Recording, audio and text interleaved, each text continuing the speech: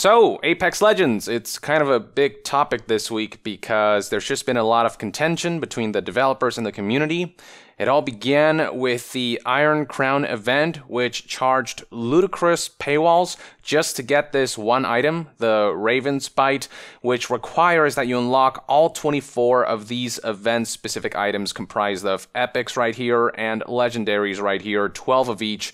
And in order to get these epics and legendaries, you had to open loot boxes, you had to spend money, there was no gameplay way of earning them. It was all pretty egregious stuff, and it amounted to a total of over $200 that you could bring down to $170 if you purchased the right Apex coins packs and kind of went about it the right way.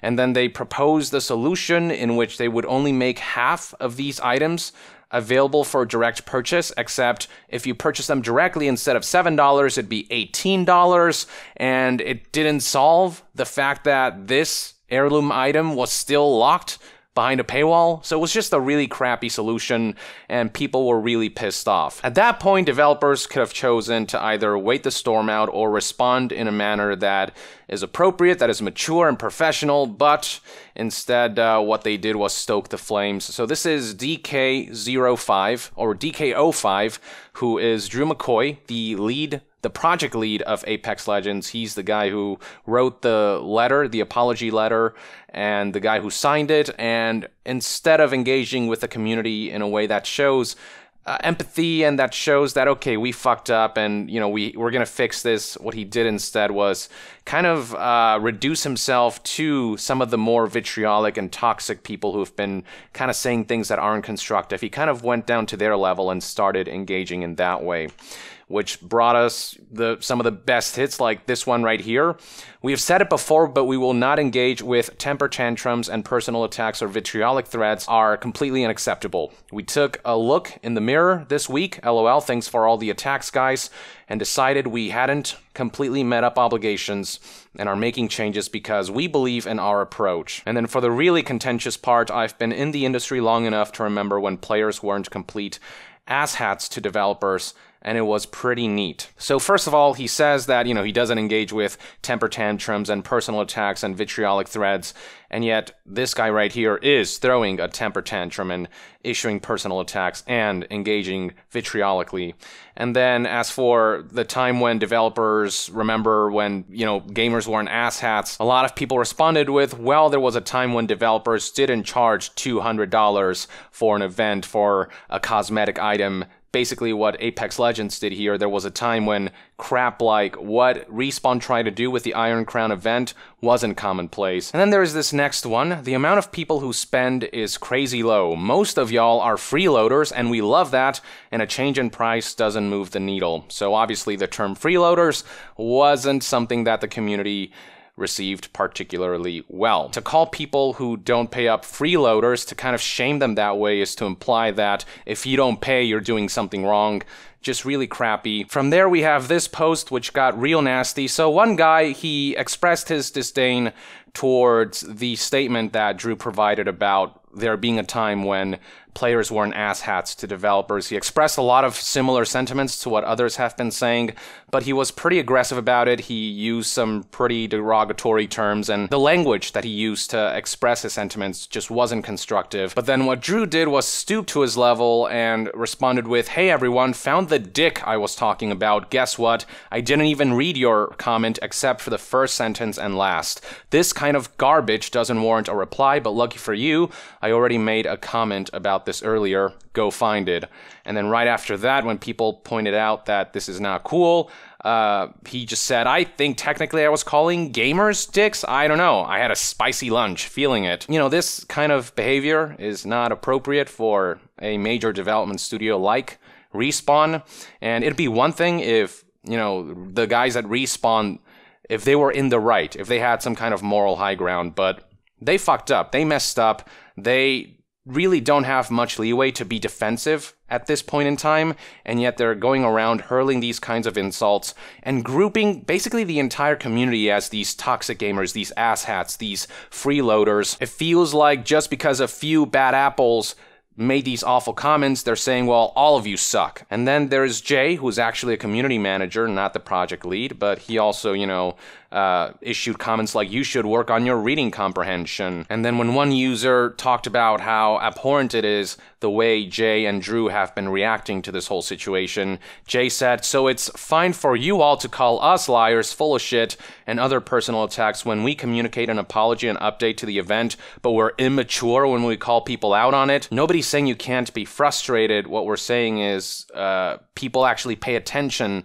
to what you're doing, because you are a public figure, and for you to carry yourself like this, it's just not a great way to inspire people to be good, to communicate properly and respectfully. So that's sort of where we're at in terms of the kind of comments that some of the Respawn developers and employees began to issue. There were a couple that were more respectful and kind of expressed sentiments in a more calm manner, and people actually listened to those, but all of that was kind of washed out and taken over by some of the more kind of toxic and less mature and less professional responses that we have seen here. So after all that, Vince Zampella, who is the CEO of Respawn, finally decided to speak out about the whole situation, and he actually issued an apology for what's been happening because he feels as though the way Respawn has responded is not really appropriate or constructive. Here's what Vince had to say. On Friday, we gave Apex fans an update on how we were changing the Iron Crown event. Some of the team then joined a discussion with our community on Reddit, and things got to a pretty bad place. Some of our folks crossed the line with their comments, and that's not how we want Respawn to be represented. I apologize to any of our fans that were offended. I will always stand behind the team here at Respawn and support them on speaking out against some of the toxic and nasty comments being directed at them, including everything from death threats to comments aimed at their family and loved ones, but we shouldn't contribute to it when we do comment and add to the very thing we want to prevent. We need to lead by example. Last week we didn't do that, and going forward we will be better. Having an open, healthy relationship with our community is incredibly important to all of us at Respawn. So I think as far as the apology goes, it does hit all the right notes. It does talk about the fact that, hey, it's not that I'm abandoning my team and saying that they don't have a right to speak out against people who go too far and issue sort of these death threats and these insults and these incredibly nasty comments. I agree, those comments suck. People like that suck, and those people do deserve to be called out.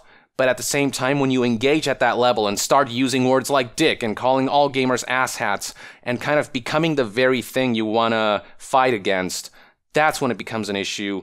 And as Vince said, they need to lead by example, because unlike some random internet troll who's a nobody, who nobody really cares about, the folks over at Respawn, they have influence. They are a studio people look up to. They're a studio that people are interested in terms of the endeavors that they partake in, and so they have to rise above the vitriol. They have to rise above the immaturity and not engage at that level so that, like he said, they can lead by example. And indeed, they did not do that. That was an issue. And I get that they're human, you know what I mean? Like, they're people and they get frustrated and they lash out because they're so frustrated at the way some people have been engaging with them, not in good faith, but rather with really, really awful comments. I get that, but you've got to just not give that stuff any spotlight. You cannot give them attention, because that's exactly what trolls and people who have toxic and vitriolic intent want. If the second you give these people attention, the second you stoop to their level, they win, because they can feed off of that and then just keep this cycle of hatred going. So just brush those people aside. Don't fall into their trap.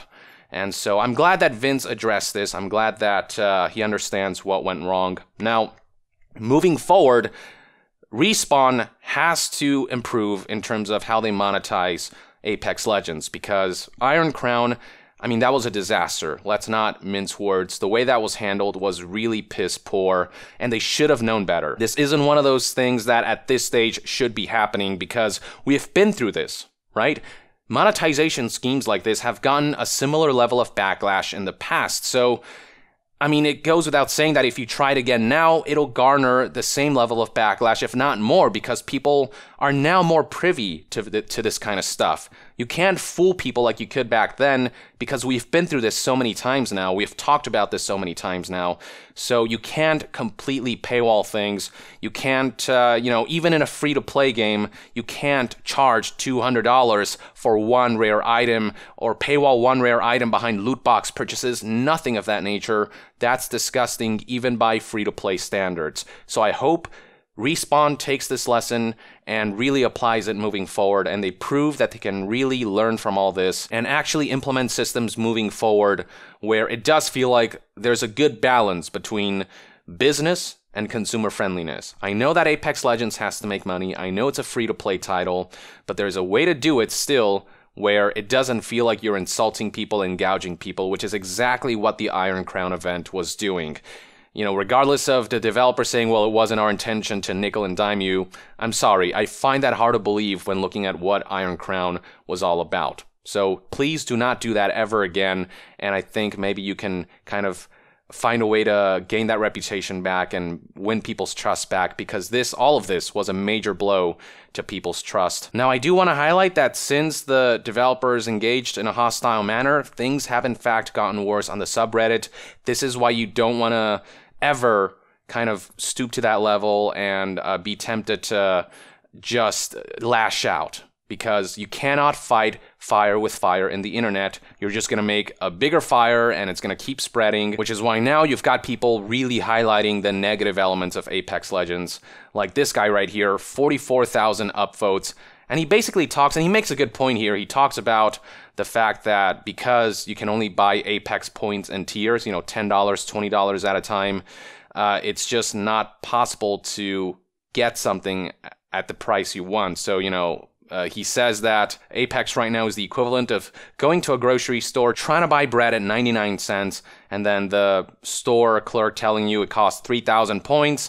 And then when you want to just buy 3,000 points, they tell you, oh, I'm sorry, we only sell 75,000 points packs at $25. So you have to spend $25 to buy the really cheap thing, This is obviously an exaggerated example, but it's along those lines. Obviously, freeloader is a term that's gained a lot of traction, and now people are photoshopping in the freeloader character in the Apex Legends selection menu. They're pointing out the fact that certain items to earn them amounts to, $84. So, the heirloom stuff, the Raven Spite from Iron Crown that cost over $200 worth of loot boxes and coins. I mean, that may not even be all the worries. There's stuff like this going on where skins might have hidden costs that amount to like $84. Like in this case here, Asshat, that's obviously been trending. That's kind of where it all began. Character selection, Asshat character. Here's another rendition of that. People are having a field day with this stuff. This is the kind of stuff you fuel, instigate, and start when you engage in the way that Drew, McCoy, and Jay did. Here's another post talking about how charging $18 for an individual legendary skin would maybe be worth it if it had voice lines and different effects and abilities and different models, if the ultimate had a different look and sound, if it was a package rather than a single skin that they were selling, if it were a skin plus a bunch of these other extra cosmetic elements, if there was just more to the product that they were selling than a skin, maybe people would be willing to spend $18, but as things currently stand, what you get for $18, which is a high price to pay, is pretty stingy. So anyway, you get the idea. It's been a rough week for Apex Legends, for Respawn, and their own actions certainly contributed to how this all played out. They could have dealt with this whole situation a lot better. They could have provided a better solution and a better apology for the way Iron Crown was handled. And they could have chosen to not engage in a way that's only going to add gasoline to the fire. But here we are. It's too late to take that back. Vince's apology, I think, will help in some regard. But now it's all about how Respawn handles themselves moving forward. They're saying all these things, talking about how they'll do better next time. Vince is apologizing here, saying that they don't want to contribute to, the vitriol and the toxicity. Okay, that's cool to hear you say that. Let's see you put that into action in the days, weeks, and months to come.